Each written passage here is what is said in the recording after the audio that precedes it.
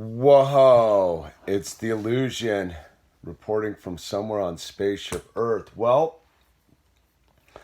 this is kind of like one of the last videos I will be making from my funky little beach trailer here on Point Doom. It's all boxed up here. Like, check it out. Like, it's all boxed up.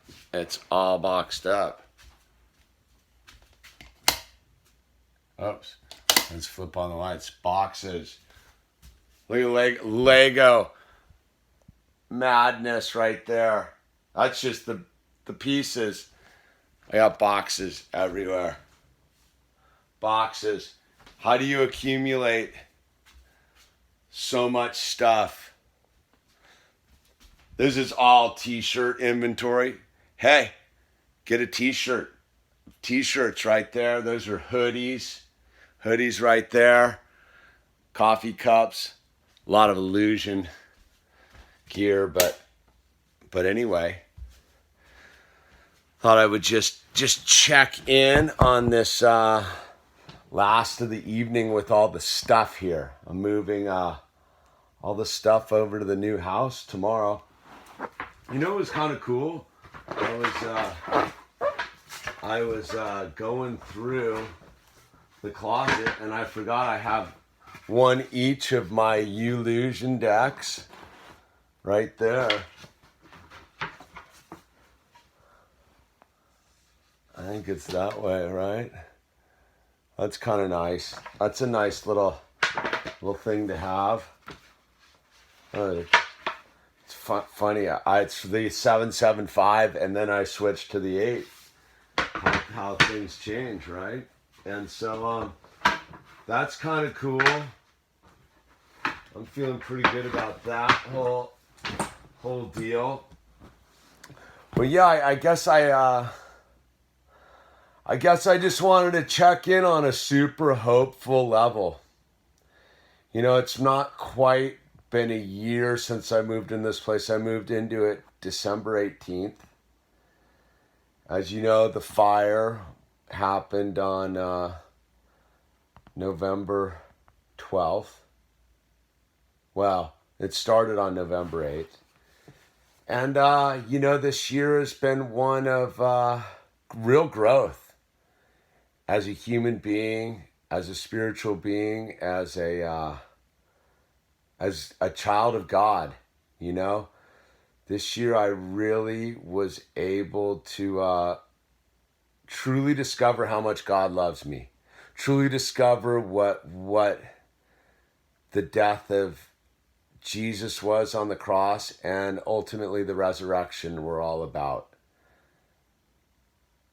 And it really is. It's, you know, you talk about it's a personal relationship with Jesus Christ, and I hope everyone finds it, because I think the only way you really find it is through adversity, through trials and tribulations. I can look back now, and as I'm about to make this transition into this new home with my wife, my stepdaughter, Owl, our cat, our lizard, and truly I'm grateful for what has occurred over the last year and a half, you know. I had to deal with my depression. My back is healed. My marriage is solid and healed. I proved to myself that my true motives in life involve my relationship with God, and using that to make my relationship with my son super strong and solid, and heal my relationship with my wife. You know, the greatest gift I learned in the last year, and I learned it right here in this house, I learned how to forgive, man. And forgive in like a real deep way. You know, that was where like God got to show me why he sent his only son down here to die on the cross, you know, was forgiveness. And, you know, I wasn't a victim in it. I played my role in the thing too. So I had to forgive myself. I was able to forgive my wife for her journey. It was very hard year. And at the same time, I was talking with my friend today down at the beach, is at the same time, because I have sobriety and I've been through the process of becoming sober and maintaining sobriety and training myself to get through adversity and sobriety. When it all fell apart a year ago, I was able to just stay present with it. I didn't run from the feelings. I didn't run from the pain. I didn't run from the confusion. I just stayed. And I stayed and was the most important thing I could be was a father to my son. You know, I dedicated through that awkward period, I just dedicated my life to being my son's father. And in that, I maintained my sobriety. But there was a moment back in February during when it was raining a lot and the roofs were leaking. I remember the roofs were leaking. It was raining. It was super cold. We were shivering in here. Had all the heaters on and still couldn't stay warm. It's a trailer, you know. These things are, it's like living in a beer can. And I was sitting here one night at the dinner table, and I was sitting with Owl. He was eating his dinner, having a good old time. We were hanging out. And I was really, you know, I wasn't depressed. I was just bummed, you know. My wife had left. My home had burned down. My community had burned down. I'd really seen the beauty of people supporting me and helping me. And yet at the same time, like, it wasn't loneliness because I had God. It wasn't that. It was this real clear moment I had when I looked at Owl that night. And I was like, he's not enough to keep me sober. And I know there's a lot of like, you might not understand this unless you've been there. And I never understood how like a parent could like get loaded and have children and all that kind of stuff. But I remember that one night sitting there looking at Owl like, I just want to escape. I just want to escape into drugs and alcohol. I just don't want to feel any of this anymore. And I was looking at Owl. He was happy. He was doing his thing. And I remember looking at him and being like, that is the scariest thought I've ever had. Talk about like a true scary moment, right? But I didn't run from it. I didn't pretend I wasn't having this thought. I didn't judge myself negatively. I just truly understood how cunning, baffling, and powerful drugs and alcohol are. And I was truly grateful that I was able to maintain my sobriety that night because of my relationship with God. Because there was no one to call. It was raining that night. It was cold. It was late. I had to get Owl to bed, which meant I used to, you know, read him to sleep every night. And I just asked God to help me stay sober that night. Because as much as I wanted to get loaded and I wanted to be anesthetized to the feelings and the experience I was having, I didn't want that at the same time. I was very much clear that I didn't want that. And it wasn't like a clear thought. I guess it wasn't a clear thought. It was a very in the tapestry thought. But I had maintained my sober long enough, and I'd seen enough people destroying their lives after they'd gotten sober to realize that no matter what, there was no escaping that moment. There was no escaping the pain of that moment. There was no escaping.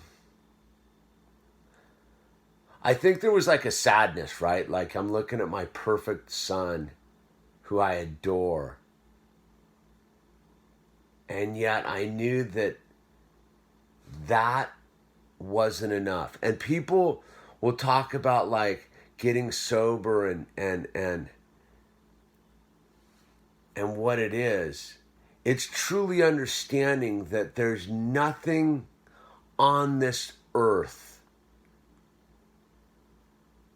besides God that can keep an alcoholic, drug addict like me from drinking. Not my perfect son, not all the money in the world, not perfect waves, nothing, because my son is my ultimate treasure, my ultimate joy. I love hanging out with Owl. He's the best thing that I've ever had happen in my entire life. And yet when I looked at him that night, I was like, this could all disappear. It was a really profound moment. And it was that moment which I think I powered through, where I woke up the next day and I was like strong again. You know, because there was the first day that I realized I was on my own, you know, and I had to find shelter and all the stuff after the fire, when it was just me and Owl, and I was on my own. And then there was that day when I realized I truly wasn't on my own. And I knew I wasn't on my own that first day too, because I called in God and God just started opening doors and making things happen. But it was a different kind of understanding of how much God had me, because when all of it fell apart in the beginning, like I didn't want to drink or anything. I just wanted to like survive. And then I was here, and that feeling came after I was settled here. That's why it was in February. I'd been here about 2 months. So I was settled in, like we were moved in, you know what I mean? We were living, we were here, we were living. And I didn't have there was no concept of one day I would be moving into a home with my wife and my stepdaughter again. For all intents and purposes at that time, they were forever gone in my life. Like, you know what I mean? Like, it had been a pretty drastic set of circumstances. So I had no idea about the future, and because I don't future trip. I wasn't future tripping, but I was definitely isolated, if you will. But I got through that night. I maintained my sobriety, and lo and behold, everything started to work out. And you know, in about 2 months after that is I kept doing the work. And I gotta publicly thank my friend Melissa. There's this friend of mine, Melissa, who saved my life in this journey. She was a messenger of God. She truly was God's talker and would talk to me. I would call her every day. It's funny, I was thinking, it's why I was making this video. I was like, I haven't talked to her in a while. Because, you know, life got kind of healed itself. And I was kind of feeling bad about it. Like, wow, why haven't I talked to Melissa in a bit? I've been busy, you know, like trying to like staple this all back together and launch this into the new chapter. And yeah, truly my friend Melissa saved my life. She would just listen to me, and we would talk, and she would hold the mirror up and let me look at how I wasn't a victim, and that I had to take responsibility for this life I was living, and that I couldn't lay down and suck my thumb and poor me. And I remember when we were working through all the stuff, and I reached this point where I was ready to just forgive it all. Like, just forgive everybody. I mean, there's a deeper story to it of what I needed to forgive. But and Pippi, who's one of the people on our chat, one of the high frequency tribe, she was instrumental, sent me the key email that caused another chain of events. And then my friend Matt Rapp, who got me the house here when I was, found this place for me. Because I didn't know what to do. I just called him, another sober dude. Did I blow his anonymity? Bleep, bleep, sorry. And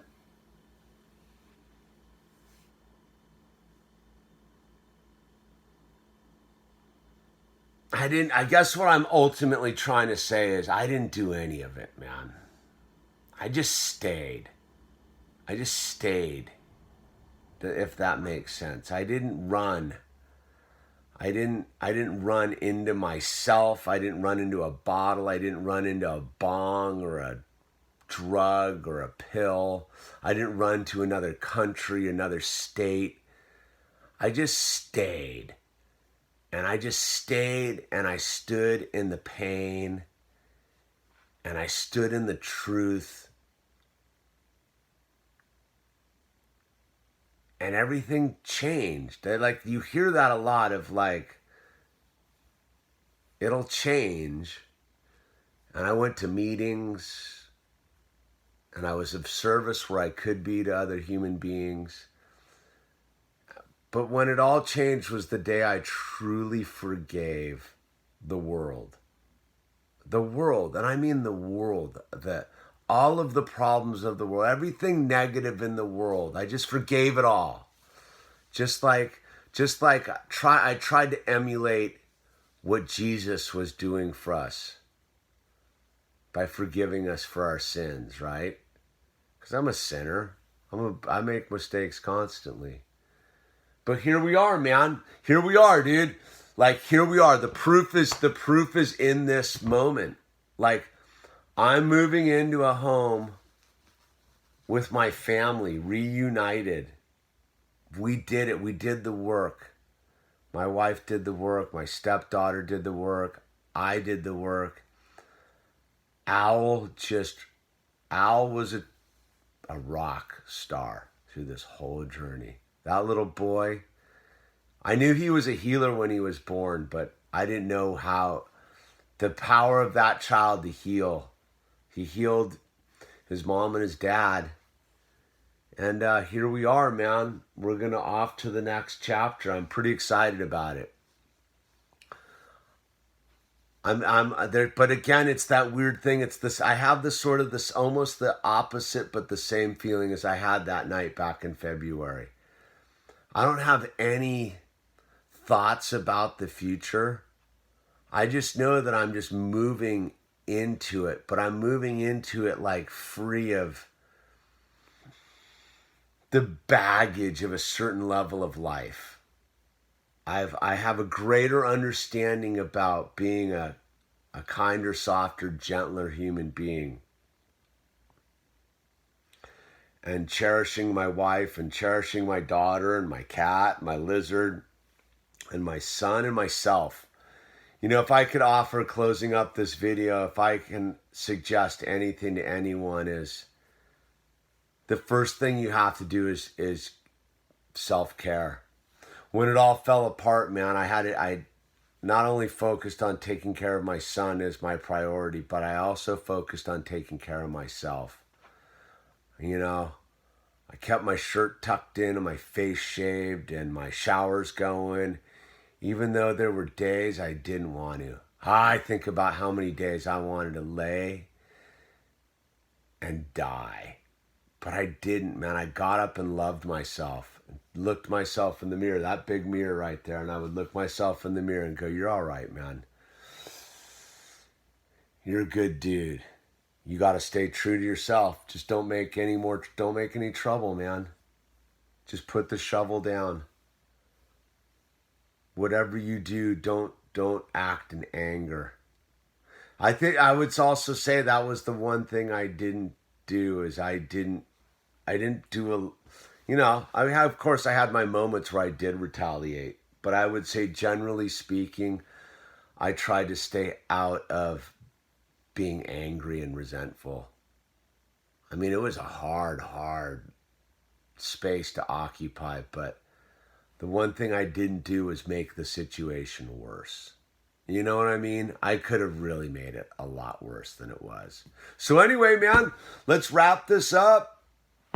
Let's move these boxes tomorrow morning and get to the new story. So I just want to thank everyone who's been on this journey with me on YouTube, almost 9 years. I want to thank everyone. Lily, I want to thank you. Pippi, my secret agent, BF up in San Francisco, Top Feed Coco. There's too many to list, man. All of you really helped. Top Feed got me that computer. BF up in SF sent me the camera. All of you sent me like financial support and beautiful emails. The pens, I can't even think of your name right now. Because I'm on the fly like that. And I hate doing the listing names things because I'm always going to forget people who truly deserve to be called out. But you know who you are, and I'm super grateful and I'm super appreciative because I could not have done this by myself. I would not have made it to this stage of the journey without the high frequency tribe, man.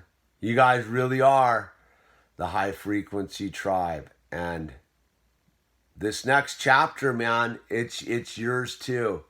You got me through the dark. Let's go. Let me take you through the light, man. All right? All right. I really do appreciate every one of you who's sent me energy and prayers. Me, myself, and I. Don't worry, we're taking that mini donkey with us. So thank you. Blessings. God bless you. God bless you. Thank you.